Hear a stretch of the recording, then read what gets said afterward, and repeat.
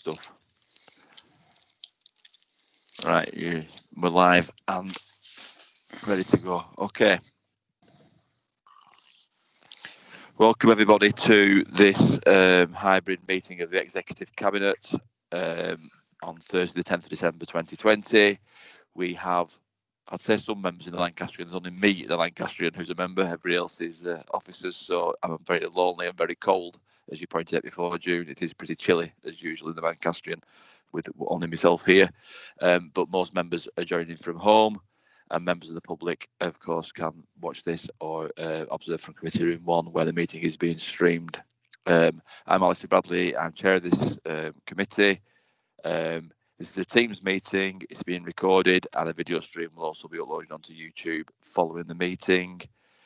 After each item, I will invite members to use the raise a hand function on the iPad to make any comments and to indicate they wish to speak, and try not to speak over each other. When speaking, again, as usual, please try and reference the paragraph or page number you're referring to help everyone follow what you're talking about. And please, when you're not speaking, mute your microphone and your video feed if you aren't getting a good signal, if possible.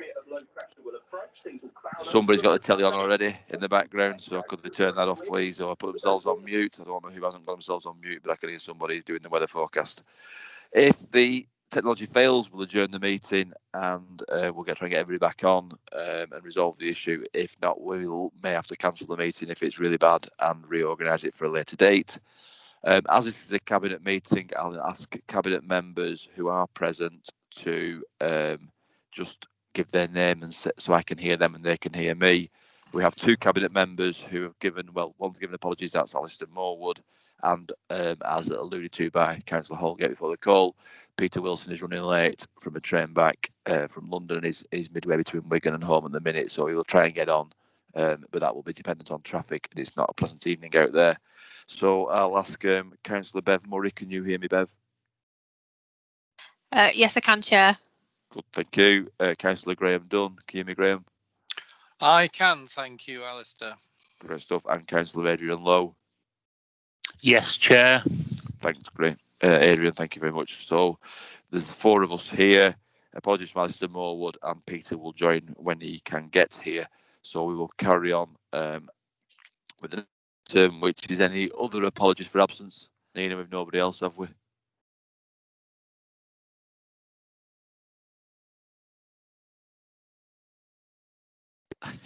No. Okay. No, none. Chair. We've got no okay. Took it by surprise then. Next item is the minutes of the meeting held on the 12th of November 2020. Has anybody got any issues with those minutes, or has anybody got would like to propose those, second those, etc.? Move them, Chair. Right, so that's moved and seconded. Everybody in favour who are cabinet members, if you say, well, as soon as you all said yes to approving them, I'll take it that you agree those minutes and they're agreed and accepted as a proper record. I've no hands up to indicate speaking. All right. Okay. Second item, apologies, just a bit of extra information. Second item is any declarations of interest. Have you got any declarations of interest? They need to divulge before this meeting carries on. No. Any public questions? No public questions. No public questions, Chair. Thanks, Nina. So the next item is the Q2. Oh, apologies, I'm on the wrong paper. No, the next item, I'm losing the thread now. It's not a good day. Is the refresh of the communications strategy, which is Councillor Wilson's item, but I will take it and ably supported by officers, I'm sure, if I run into difficulties, given that Councillor Wilson isn't with us at the moment. Andrew's on. Right, so I'm happy to lead on it, and I think Andrew's on the call as well, so he can, I'm sure, add any comments. But obviously, you'll see from the papers that the communication strategy has been refreshed. Obviously, it's our recommendation, and this is to approve the new comms strategy, to approve the updated media protocols that link to that. There's a copy of that appended to this report, and we obviously refresh our corporate communication strategy on a regular basis. This one covers the period 2021 to 23. It details in paragraphs 10 through 12 the way that we generally have aims and objectives around communications, which is to better engage residents, to plan and prioritise our workload, and also to have better internal communications. And the fact that this is changing, as you'll be well aware, over the way that we do communicate, going online and digital, but also hopefully maintaining other methods of communication on a wider footprint with residents in particular, is all detailed within the strategy. It was being consulted on, and we have tried to bear in mind all the comments that we got back as part of that, as part of developing this new strategy. Andrew, is there anything you want to add on the back of that that you particularly want to draw out of the different strategies or protocols that are appended to the papers? I don't think so. I think you've summarised it really well. Like I say, the three key elements in the comms strategy are about taking advantage of the digital channels that we've got, particularly the pandemics, exacerbated that a little bit more and pushed those more to the fore. But I would stress that is not at the loss of any of the traditional channels. There will be times when we need to communicate on some of the more traditional methods, and they will still remain for people. You covered off the plan and prioritising, so that's making sure that we have a programme of planned work throughout the year, and we can make sure there's adequate resources attributed to that, and it's all done to a high standard. And improving the internal communications, which is both with colleagues and also yourselves as members, so that everyone is informed. And then on the media protocol, just the only real change on there to mention, is part of doing this at the time when we've got a new shared service with South Ribble, is the key change in there is to just address if there's ever a conflict between the two authorities in terms of differing opinions, how we would deal with that from a communications perspective, as I know that had been raised before by members. So that's addressed in there. And happy to take any questions if there's anything else. Okay, thank you for that. I think that's quite an important point, the one, and it has been brought up at shared services around what happens if we have divergent lines between the two organisations. How do we deal with that? How do we cope with that with a shared communications element of what we do? But actually, we've already started to test that and started to do that, and it is very clear about how that would be dealt with and reflected externally.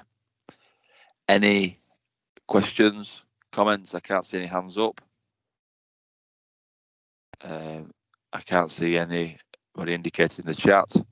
So on that basis, the proposal is to, as detailed on pages, he says, going back to his report again, 1 second, on page 7, in paragraphs 2 and 3, to approve the new communication strategy and then to approve the updated media protocol.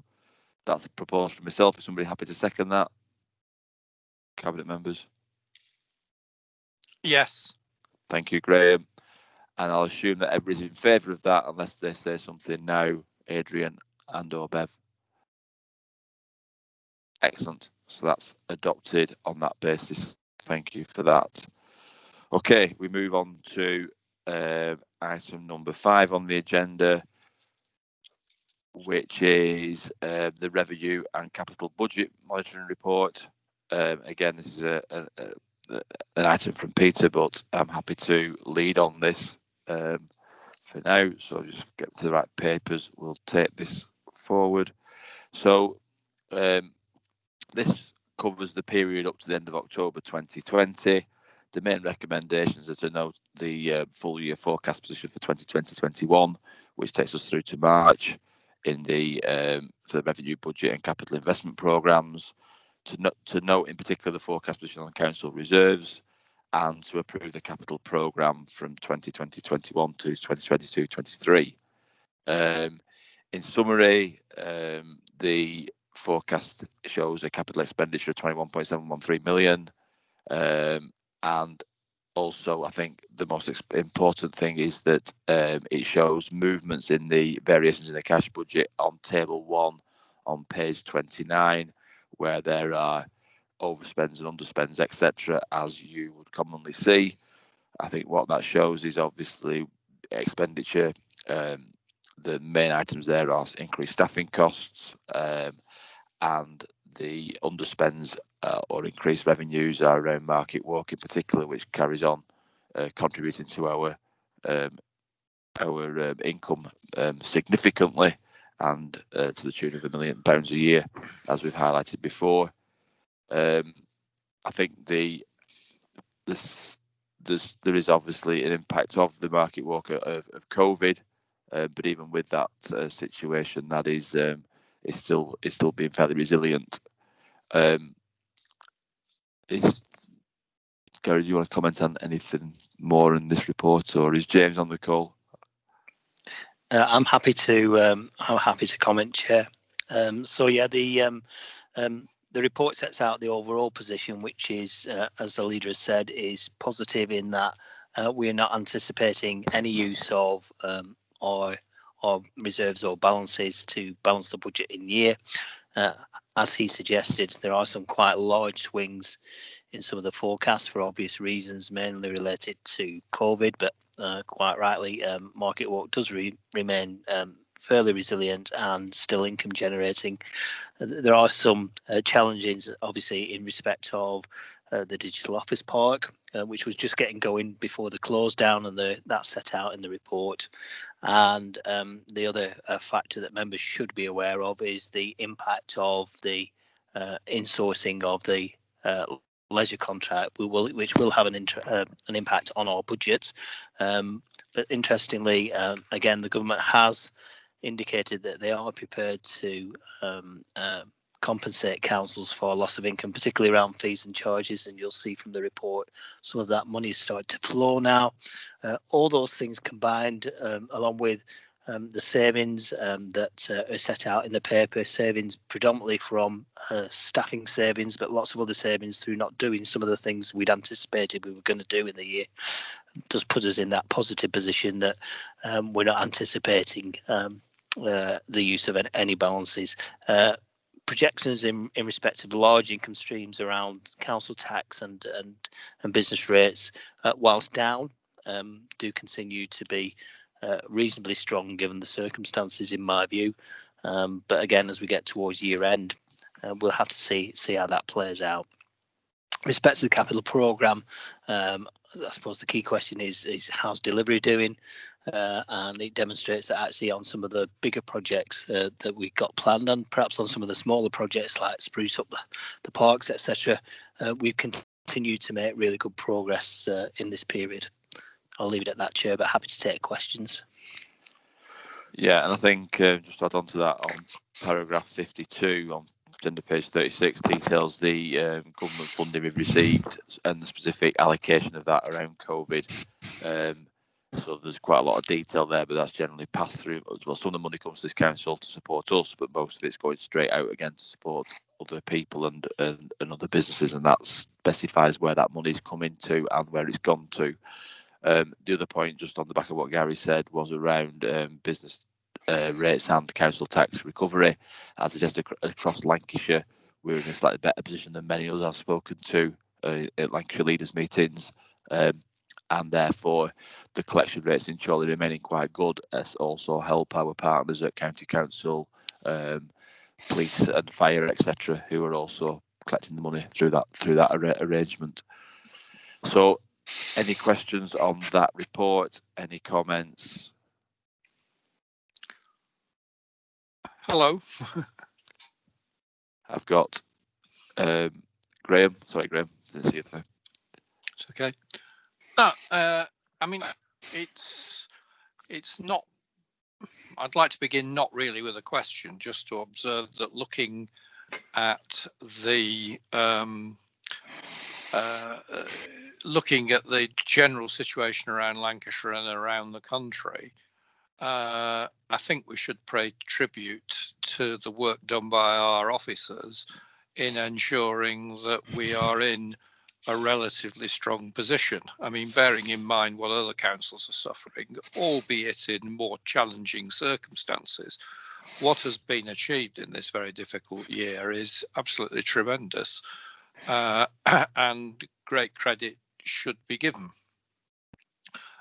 for achieving this. I know we now face greater challenges in future, and I wondered if there were any, as a result of what we're learning and seeing things going forward, do you see possible danger signs in the projection for next year and the year after, in terms of the possible lower than expected rates of recovery of council tax, in terms of risk from business rates and other sources of income that may hit us unexpectedly?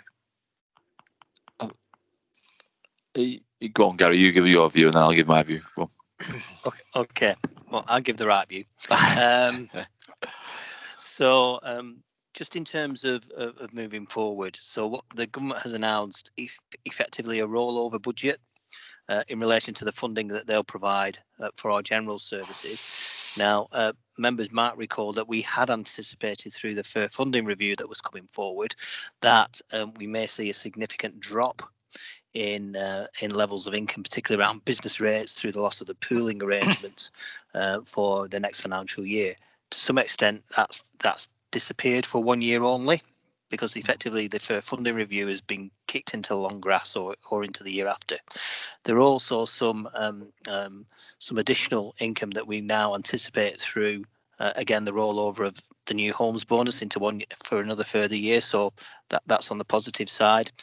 We'll anticipate that whilst we perform really well, I think, in terms of income collection during this period, that moving forward that may become a bit more of a challenge. But again, the government has committed to protecting councils by saying that they'll guarantee 75% of our income effectively next year. So we wouldn't anticipate that we would drop below that. We would hope that we would collect more than that anyway. Council tax per se doesn't have a massive interest because we don't charge that much. I think we're the second lowest charger in Lancashire in terms of council tax. So that has a quite limited effect in terms of reduction in income.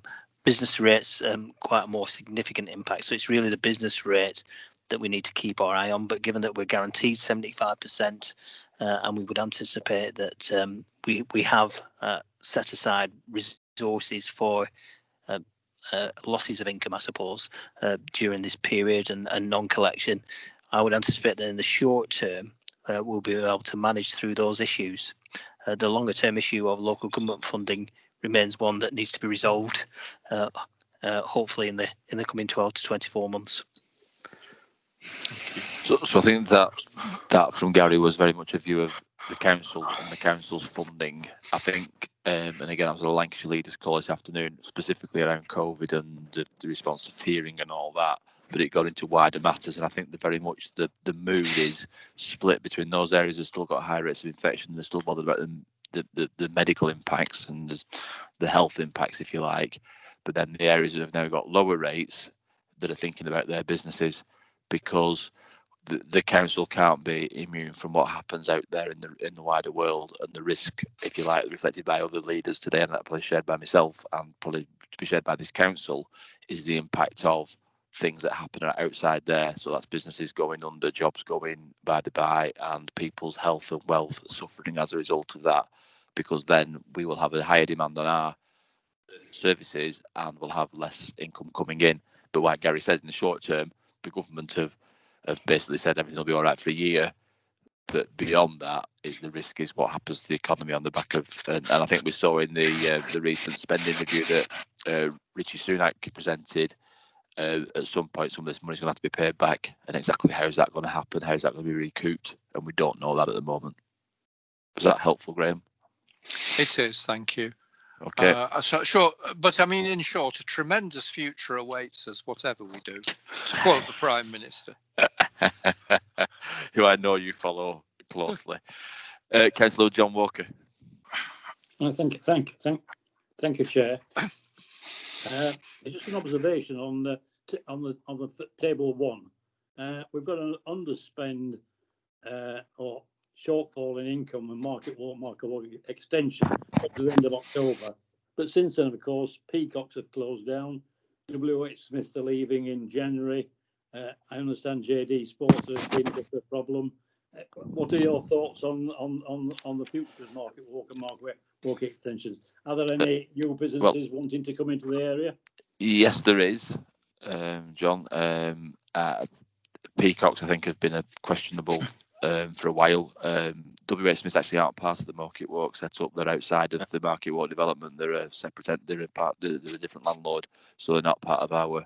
But I agree, it's not good for the town centre. But I think everybody in retail that we've spoken to and all the experts and the analysts, even when we acquired Market Walk, WH Smiths was a business that they'd identified back then was had issues with its place in the wider world, given it was heavily reliant on print media, and we're moving to a far more digital world. So I think the WH Smith business model is a little bit out of date, unfortunately for them. And as somebody who liked to spend lots of time in WH Smith in the past, I think it's a shame, but you can't stand in the way of that kind of change. JD Sports have their own issues at the moment, although we are getting rent out of them at the moment, which we haven't done previously, as you're well aware, John. So, but they can stop in surely, or they can go if they're not paying rent, to be honest, or they don't want to pay rent, then the door is over there as far as we're concerned, because we can put somebody in there who could charge rent to. Long term, and I think everybody you listen to in the wider world has said that the drift from in-person shopping to online shopping has been exacerbated by COVID. Town centres will change, town centres will shrink, town centres will alter. But Chorley was alive to this a good few years ago when we first did the town centre master plan, when we came into administration, so as many as 7 or 8 years ago. And then we have been particularly alive to it since we've owned Market Walk, because we have to be, and took the decision to extend Market Walk shopping centre. Chorley's town centre is changing, evolving and altering, and we have been aware of that. We can't predict it totally because nobody can, but I think we've geared Chorley far more to that experience, as they call it, shopping rather than necessity shopping. And as a result, we are proving to be more resilient, and will prove to be more resilient in the future. Quite how much that happens, I'm not sure. We do have people interested in going into Market Walk, into the vacant units, but I've said it previously, I'll say it again, we want the right people in there, and sometimes we'll hold out to get the right people in there rather than just filling the gaps, because we can fill the gaps for money, but what we want is a better offer. What I'm finding very interesting is a number of bars and coffee shops and places that have opened through this period, even though they can't physically open, but have been done up on Market Street and around the wider town centre, because it appears that people still want to invest in Chorley because they think it's a place that's going places. I am very worried, and I reflected this again with the Lancashire leaders this afternoon, that the extended Tier 3 lockdowns are going to affect those businesses disproportionately. And because Chorley's getting more into that experience and that experience kind of, you're going out for a drink and something to eat as opposed to just shopping, we need that to come back online sooner rather than later. I understand all the medical and health reasons, but we have a real risk that areas with a larger amount of hospitality like we are currently have, those businesses are struggling and suffering, and the sooner we can get them back to some kind of normality, the better. And therefore, but I have been very surprised, John, to be quite blunt with you, how many people have come and talked to us about looking for premises and looking to open up, because I suppose even in a time like this, there's opportunity, because places are going to change hands. Yeah. I must admit, I was with my wife last Saturday in Chorley, and I don't think I've seen it as busy. It was very impressive. It's so many people walking about the place. So, people are still coming into Chorley, irrespective of whether Peacocks and Smith are closing down. Yeah. And I think we're seeing a change. We're seeing a change, and that's one of the reasons why we're currently investing in the market. We're investing an awful lot of money in changing the covered market, and we're generally keeping the market traders happy. It's a very hard thing to do, but it's also why when we've been putting the COVID grants out there, we've been recognised that our covered market traders and even our Flatiron market, Tuesday market traders are important to us, and we've tried to funnel money to them from the government where other councils haven't, and I think that has been recognised. True. Thank you very much. Thank you. Okay, I've got a hand up from Graham still. I presume that's what they call legacy hand, Graham, an old hand. If you could take that down, unless you've got another point to make. No. Any other questions? I see Councillor Wilson is on the call now. I've messed up 2 of your items, Peter. So, but So it's always I deliberately missed it, Alistair, and appreciate me when I come to the next one. So, just to complete this item, the recommendations were in paragraphs 2, 3, and 4, which was to note the full year forecast for 2021, note the forecast position on council reserves, and to approve the capital programme. I've proposed that. Somebody happy to second that? I'll second it as it's my report. Yep. Thank you, Peter. And any cabinet members wish to speak against that or abstain, say it now. No, in which case that report is approved. And I will let Peter pick up his third item, which is the next item, which is item 6, which is the approval for the contract award procedure for trade waste from council buildings. Are you ready to go, Councillor Wilson? Yeah, I'm just logging on, but I remember the bones of it anyway. But as members will be aware from the report, this is to renew the contract for collection of waste from our buildings. So, it does list them in the report there. The renewal comes up in April, so we are doing this now, obviously, to give ourselves plenty of time. And of course, what we're seeking is approval for the process to issue the contract, and that's outlined again in the report, which is based largely on cost, because of course this is a specialist service which have people who collect the waste for us. So we hopefully can get a decent provider at a relatively competitive price. It will come in at slightly more, as it says in the report, than the previous time. It comes in about £160,000 of value. That is because we have more assets now than we had previously when we went out to tender last time. So, for example, the Market Walk extension. So that's the reason why that's slightly higher. I don't think there's anything to add, Chair. I did know that previously members raised the issue of recycling. So, of course, yes, the answer is that the waste will be recycled. But I think Councillor Clifford also raised the issue of the companies that we use should also be sort of committed to our agenda. And if any of them were to use, electric vehicles, etc., that should be part of the criteria that we look at when we're considering the bids, and we have included that in the criteria as well. So that's just to update members as to that element of the process. Other than that, Chair, I don't think I have anything to add. Sorry, I was muted there. Okay, thank you. So, any questions, comments, points on that report? Okay. Adrian. Sorry, Councillor Lloyd. Yeah, thank you. Yes, thank you, Chair. Just a straightforward report, as Peter has indicated, and paragraph 14 actually refers to the adherence to the green agenda that the council is promoting in terms of the 15% evaluation criteria. We're going to ask them how they're going. Any successful bidder will demonstrate their commitment. Thank you, Chair. I'll second. Brilliant. Okay. So that's proposed and seconded. Any other questions, comments? In that case, then, the vote on paragraphs 2 and 3 to approve the contract award based on the chest and it going on the 85% cost, 50% quality, and to delegate the executive member for resources the authority to award the contract to the winning bidder based on those evaluation criteria. Anybody against that? No. Excellent. Thank you very much. Right, we have to move the exclusion of public and press at this stage.